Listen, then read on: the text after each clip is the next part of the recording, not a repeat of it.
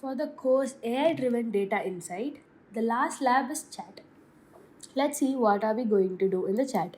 The first step is same, import the OpenAI and place your OpenAI key. And the next step is find the model which is present in your time, that is now. And let me run this. It is same as the last thing which we have done in the last lab. So I'm creating a database as well as the embedding, and I'm storing it in two variables called embedding and vector db. So now I'm questioning the same thing. Everything is same till here. So now I'm creating a model which is LLM with chat OpenAI. My model is GPT 3.5 Turbo. It is here. I'm passing it here and asking the model to predict for hello world with a question. This is a question or a prompt you can consider. I'm asking the model, hello world, how can I? The model is asking me, hello, how can I assist you today? And it works perfectly fine. Now let's create chain. It is same as the last thing which we did in the last lab. So I'm creating the chain and I'm giving question as probability a class topic. All those things are same. So why are we doing all these things? So it is nothing but from the first lab till now it is just a step. From the first lab is loading and the second lab is splitting. So it is a step from the beginning. Now we are doing all the steps together. That is why it is repeated actually. Okay, till it's same. Now here comes the new one. The new one is memory. We have to store, if in order to create a chatbot we have to store history also, right? So we have to store history before, and our text should be below the text which we have already asked. So history should be maintained. So that is the main thing in chatbot. Now I'm going to create memory with the help of memory in Langchain. I'm creating conversation buffer memory.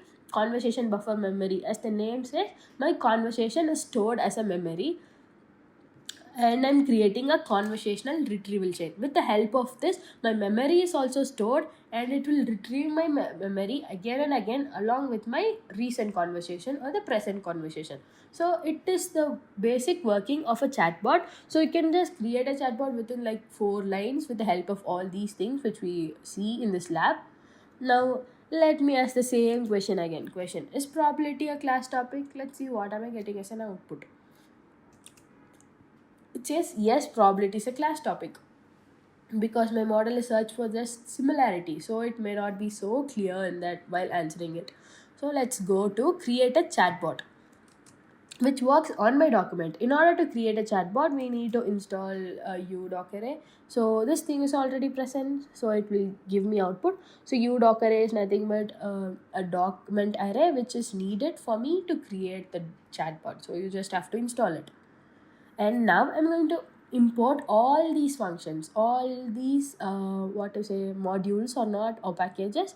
So with the help of embeddings OpenAI, I'm importing OpenAI embedding, and these are the things. I hope you remember all those steps. We saw these embeddings in the second lab, and text splitter, all the splitter in the second lab, and document array which is used to store the memory, and loader we saw it in the first lab, and retriever we saw it in the previous labs, right? So all those things I'm importing all this thing into the same lab, or like all the labs which we done in like all 5 labs is imported into a one thing. So that is all I did it.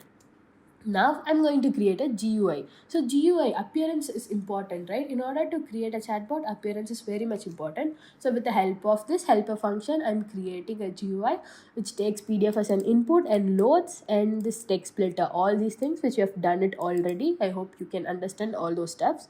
Let me move to the next one. This is also the part of creating a UI. So in this I'm creating a lecture database, I'm passing it, and I'm storing it somewhere in my system, and all those stuff. It works here. So it has clear history also, and it will have conversation chain. Let's see how my output looks in the end. So let's create a chatbot now. So with the help of this function, I'm creating a chatbot which will be in a good UI, which will be good and easy for the user to see and work on it. So that is how a programmer should be. It should be, we should make things easy for the people who are using a model or who are using our software. So let's see what am I getting as an output. It will take time. Yeah, I got this as an output. So this is how my thing works. I'm giving a question, and question will be passed here, and parameters it will accept button as an output. So this is how it works. You can just give it into a displaying thing, so it will we'll get a link. Through that link you can go and chat with your database. That is all.